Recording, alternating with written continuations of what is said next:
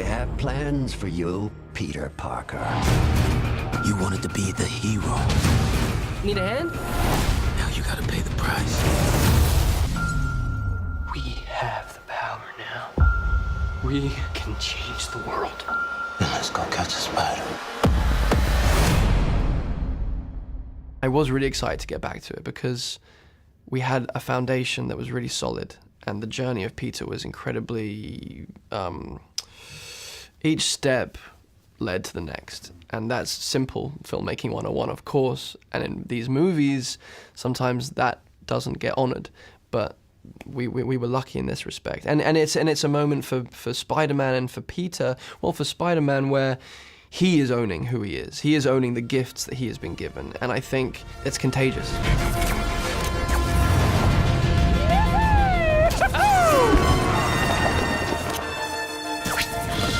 The first time we meet Spider-Man, he's, flying through the air. It was really about embracing that feeling of being Spider-Man, that liberating thing that we all love in some very basic, intuitive, primal way. The wish fulfillment of it. That feeling of the wind in your face and flying and swinging in like absolute total freedom and joy in taking to your webs and flying to the city. And being funny and witty and messing around with people that are bullies. Go Sparkle! There's just that sort of basic spirit that was what we tried to embrace right out of the gate. My 5-year-old daughter, who is a fanatic when it comes to Spider-Man, she's actually having a Spider-Man birthday with the jumper where she's jumping. And I tell her, I say, hey, Daddy's gonna be in Spider-Man. For what? What could you do in Spider-Man? And I tell her I'm playing the villain, and the rest is history.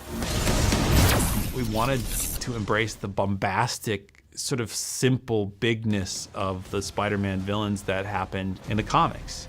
The playful part of that. And what's great about Jamie is that he can navigate this space between, and there was a real evolution between this kind of goofy character that has this, he has this comb over and he's a little bit silly, but there's a pathos to him.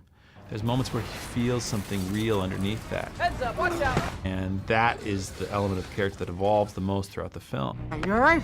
You're Spider-Man. Okay. Yeah, costume gives it away, huh? But something pretty important, Max. How do you know my name? It's written on your badge. See you out there! I told my sister I want to be the first black man with a comb over in a movie. And so we accomplished that because I wanted you, the minute you see him, I want you to say, wow, here's a character. And so you always want the butterfly effect, meaning like the caterpillar is Max, who's this, nerd, pushed to the back of the room type person who meets Spider-Man and becomes a fanatic. But then he butterflies into Electro. So as an actor, that's what you always want, to be able to flex two different muscles in one film. You guys, this is my buddy Max. I told you about Max. No one shoots at Max! You and me, okay? It's just you and me talking. Whoa, whoa, stay right there, stay right there. Just be careful, the grate, because of the electricity, I just wanted everyone to see me. This preparation for this started when I was a kid, when I was a 3-year-old in my first Spider-Man costume, really, climbing door frames and injuring myself. And it is that childish imagination that you do need in order to fill that very big green screen behind you, or that very big Times Square sequence. But I think the work is kind of done for you when you put on the suit, because as soon as you put on the suit and you see people's response to you, even hardened American film crew members that are kind of, the Teamsters or whatever in New York, kind of can't suppress a smile when they see the red and blue and the big eyes, and it makes you giggle, and it wakes up that 3-year-old part of yourself. I've done a fair amount of green screen work in movies that were not of the kind of Spider-Man, everything is digitally painted in scale. So I've looked at ping pong balls with an X taped to them and imagined a person to be there before.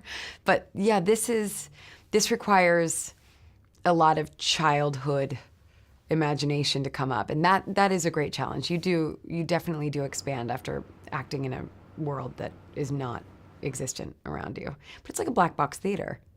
Just imagining your environment isn't actually that tricky. It's when you're imagining a blue electric man that it gets a little bit more challenging. That was Marc's vision and what the CGI guys had, and I was just in front of the green screen, give him as many looks and as many, voices and as many things as I could, and then they would, craft it. And I thought it's brilliant how you see the CGI folk, how they would come on the set and sort of point you in the right direction, so it made their life easier. So it's a great matrimony of technology and thespianism. It's been 10 years. What have you been up to? I do some web design. Sometimes the world that you create is so hyper real that it just allows you to believe what's happening is happening in a really easy way, And it's beyond anything I could imagine. Like, I have an office in the movie then. When I was going in, I remember going in that day and being like, oh, this is my scene in my office. And I thought it would be a small office. And I get there and it's like this glass and steel structure that's the size of a football field. And it just blew my mind, So on those days, it's extremely helpful. And, it's a machine in terms of the lights and the cameras and all that, but it's a smooth operating machine. And you have time to do it. So a lot of times on a small film, it's not as well choreographed, and also you're fighting to get the shots and to make the day. And in this, it's, you get to take your time, you get to explore things, and then if you don't finish what you're supposed to accomplish on that day, you just do it the next day. You ever figure out why your parents bailed? My dad left a briefcase. That's all I got, briefcase full of junk. Whatever, I don't know, I try not to think about it. How's that working out for you? Perfectly.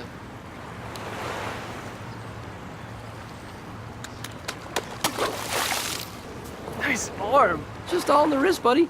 Having worked with Andrew and Emma, there were just certain strengths in their characters and with them as actors that I wanted to focus on. I mean, Andrew, he has this trickster spirit that he's embraced, and I thought I could exploit that a little bit more this time around. Action!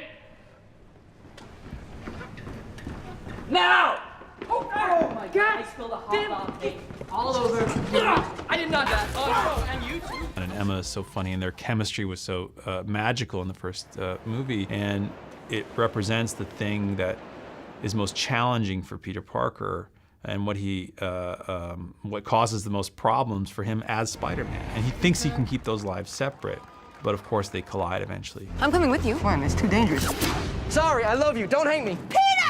That's the biggest draw for Marc to the movie. I mean, beyond all of the amazing action hoopla that comes with a movie like Spider-Man, I think Marc really cares about the love story and really cares about the personal relationships of Peter. So if you don't care about what's happening to Peter, if you don't care about him as a character pretty deeply, then none of the action is going to matter.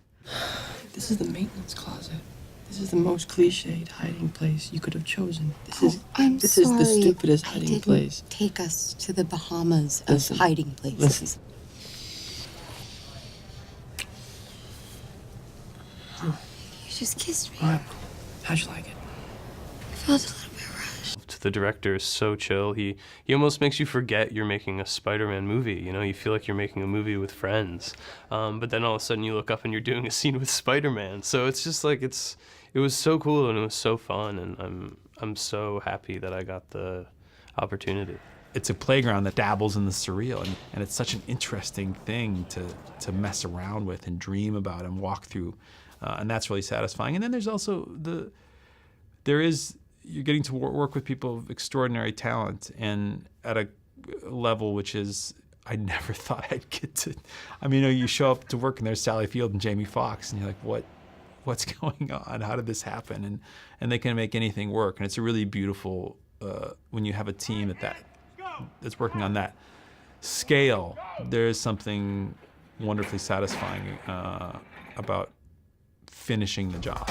Nice outfit. You're having every version of a filmmaking experience within one movie. You have 6 months, and one day you're shooting one of those love scenes that are, just a small scene that could be in a movie of any budget, and the next day you're swinging from wires on a green screen. So you're having kind of the entire catalog of filmmaking experience. I don't think there's anything you don't get to do on a Spider-Man movie.